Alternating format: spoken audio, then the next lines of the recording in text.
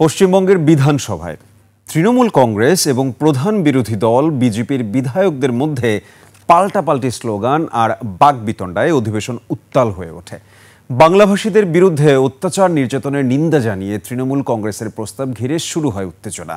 পরিস্থিতি উত্তপ্ত হয়ে রূপ নেয় হাতাহাতিতে। এ ঘটনায় রাজ্য বিজেপির প্রধান শুভেন্দু অধিকারী সহ দলটির ৬ বিধায়ককে সাসপেন্ড করা হয়। বিস্তারিত নাইম আহমেদের ডেস্ক রিপোর্টে।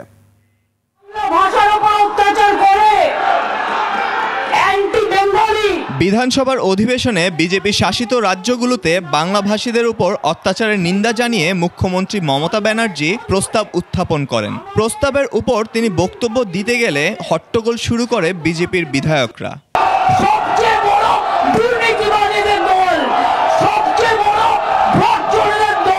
বিজেপি বিধায়করা চাকরি খাতে দুর্নীতি নিয়ে স্লোগান দিতে থাকেন। মুখ্যমন্ত্রী মমতা নিজেও পাল্টা স্লোগান দিয়ে বলেন, মোদি চোর, বিজেপি চোর, গদি চোর।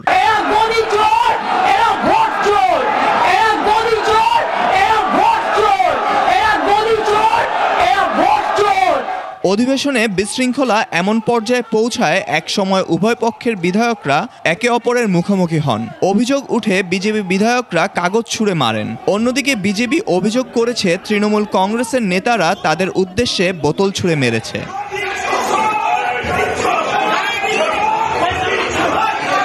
পরিস্থিতি সামাল দিতে স্পিকার বিমান বন্দ্যোপাধ্যায় বিজেপির চিফ হুইপ শঙ্কর ঘোষ সহ ৬ জন বিধায়ককে অধিবেশনের বাকি সময়ের জন্য সাসপেন্ড করেন। মুখ্যমন্ত্রী মমতা ব্যানার্জি এই ঘটনাকে বিধানসভার ইতিহাসের কালো অধ্যায় বলে বর্ণনা করেছেন। তবে এই বিশৃঙ্খলার মধ্যেও সরকারি প্রস্তাবটি ভোটে পাশ হয়েছে। নাইম আহমেদ, ডেস্ক রিপোর্ট, ২১শে টেলিভিশন।